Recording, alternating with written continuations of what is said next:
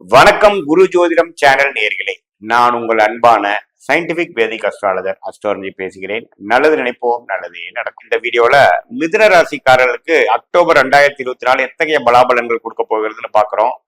அதுக்கு முன்னாடி நம்மளோட சேனல் ஃபர்ஸ்ட் டைம் வரவங்க மறக்காம சப்ஸ்கிரைப் பண்ணுங்க. பிடிச்ச வீடியோஸை நீங்க உங்க ஃப்ரெண்ட்ஸ் அண்ட் ரிலேட்டிவ்ஸ் ஷேர் பண்ணுங்க. இப்ப பாத்தீங்கன்னா மிதுன ராசி காலபுருஷ தத்துவத்தில் 3வது ராசியாக வரக்கூடிய மிதுன ராசிக்கு பலன்கள் எப்படி இருக்குன்னு பார்த்தா, ஆண்டு கிரகம் என்று சொல்லப்படுகிற குரு 12ஆம் இடத்திலே நீடித்திருக்கிறார். அக்டோபர் மாதம் முழுவதும் எந்த ஒரு மாற்றமும் இல்லை. ராகு 10ஆம் இடத்திலும் கேது 4ஆம் இடத்திலும் நீடித்திருந்து, அந்த குரு பார்வை பெற்ற கேது இந்த இடம் விஷயம், வீடு விஷயங்கள், தாயார் விஷயத்துல நல்ல மாற்றத்தை அது மாதிரி கொடுத்துட்டு இருக்கிறார். தொழில் விஷயமா ராகு இருந்து நல்ல ஒரு முயற்சியும் அதுக்கு தகுந்த ஒரு பலனையும் கொடுக்கக்கூடிய ஒரு அமைப்பு தொடர்ந்து வந்து கொண்டு இருக்கிறது. அதே சமயத்துல 9ஆம் இடத்துல அஷ்டம சனி முடிந்து 9ஆம் இடத்துல சனி இருக்கிறது நல்ல ஒரு அமைப்பு தான். 2020, 21, 22 தான் பெரிய பாதிப்பு பெற்ற மிதுன ராசிக்காரர்கள். 23ல இருந்தே கொஞ்சம் ஃபார்வர்ட்ல போயிருக்கிறீங்க தான் உண்மை. அந்த அடிப்படையில மாத கிரகங்களோட பயிற்சி எப்படி இருக்குது, அக்டோபர் மாசம் எப்படி இருக்க போகுதுன்னு பார்க்கும்பொழுது, முதல் ராசி அதிபதி என்று சொல்லப்படுகிற புதன் 4ஆம் இடத்தில் மூல திருகோண பலம் பெற்று குருவின் பார்வையில இருந்தது நல்ல ஒரு விஷயம். ஸோ பாத்தீங்கன்னா ஒரு அக்டோபர் 11 வரைக்குமே பாத்தீங்கன்னா ராசி அதிபதி ஒரு அருமையான பொசிஷன்ல இருக்கார். அக்டோபர் 11க்கு அப்புறம் துலாம்க்கு மாறி 5ஆம் இடத்துக்கு வருவது இன்னுமே சிறப்பு. அது சுக்கிரன் அவருக்கு பிடித்த வீடு. 5ஆம் வீடுங்கிற ஒரு அருமையான ஒரு லட்சுமி ஸ்தானத்துல வந்து இன்னுமே புத்தி கூர்மை வேலை செஞ்சு ஜாதகரை இன்னுமே ஸ்மார்ட்டா வழி நடத்தக்கூடிய ஒரு அமைப்பு அந்த புதன்கிற ராசி அதிபதி ஜாதகருக்கு மிதுன ராசிக்காரர்களுக்கு கொடுக்கும். எந்தவித தப்பான பார்வையும் இல்லாமல் சுக்கரனோட வீட்டுல இருக்கிறது நல்லது. அதே சமயத்துல அக்டோபர் 17ஆம் தேதி சூரியனும் 5ஆம் இடத்துக்கு நீச்சமா வந்தாலும் சுக்கரனோட சேர்ந்து இருக்கிறது ஒரு பலம் தான், தப்பில்லை. நீச்ச பங்கம் அடைகிறார். அதே சமயத்துல செவ்வாய் ராசிக்குள்ளேயே இருந்து இவ்வளவு நாள் கடந்த செப்டம்பர் மாதம் முழுக்கும் சில மனக்கலக்கங்களும் நண்பர்கள் குடும்பத்துல ஒரு சுபிக்ஷம் இல்லாமல் இருந்த ஒரு விஷயமும், ஏன்னா மிதுன ராசிக்கு ஆகாத கிரகம் செவ்வாய். அவரு அக்டோபர் 21 இருந்து விலகி 2ஆம் இடத்துக்கு வர்றது ஜாதகர் கொஞ்சம் மென்டலி கிளியர் ஆயிட்டாரு. ஜாதகருக்கு வந்து முதல் இருந்த விஷயங்கள் இல்லை, இப்போ கொஞ்சம் ஃப்ரீயா இருக்கிறாருங்கிற மாதிரி ஒரு விஷயமும், மனக்கலக்கங்களும் கருத்து வேறுபாடுகளும் மனஸ்தாபங்களும் நீங்கி ஓரளவுக்கு நல்லா வரக்கூடிய அமைப்பு இருக்குங்க. 2ஆம் இடத்துல நீச்சமானாலும் தப்பு இல்லை. ராசியிலிருந்து விலகிறது அருமையான விஷயம்.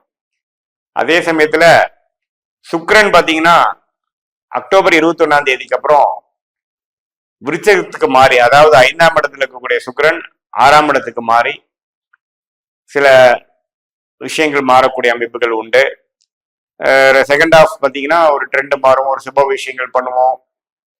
12ஆம் இடத்து இங்க சொல்லப்படுகிற ரிஷபத்துக்கு கனெக்ட் ஆகுறதுனால பார்த்தீங்கன்னா அக்டோபர் 21க்கு மேல வரக்கூடியது பண விஷயத்துல ஒரு முதலீடு பண்றது, பணம் குடுக்கல் வாங்கல், அது மாதிரி விஷயங்கள்லாம் நடக்கக்கூடிய அமைப்பு. ஏன்னா 12ஆம் இடம் வந்து கனெக்ட் ஆகுது.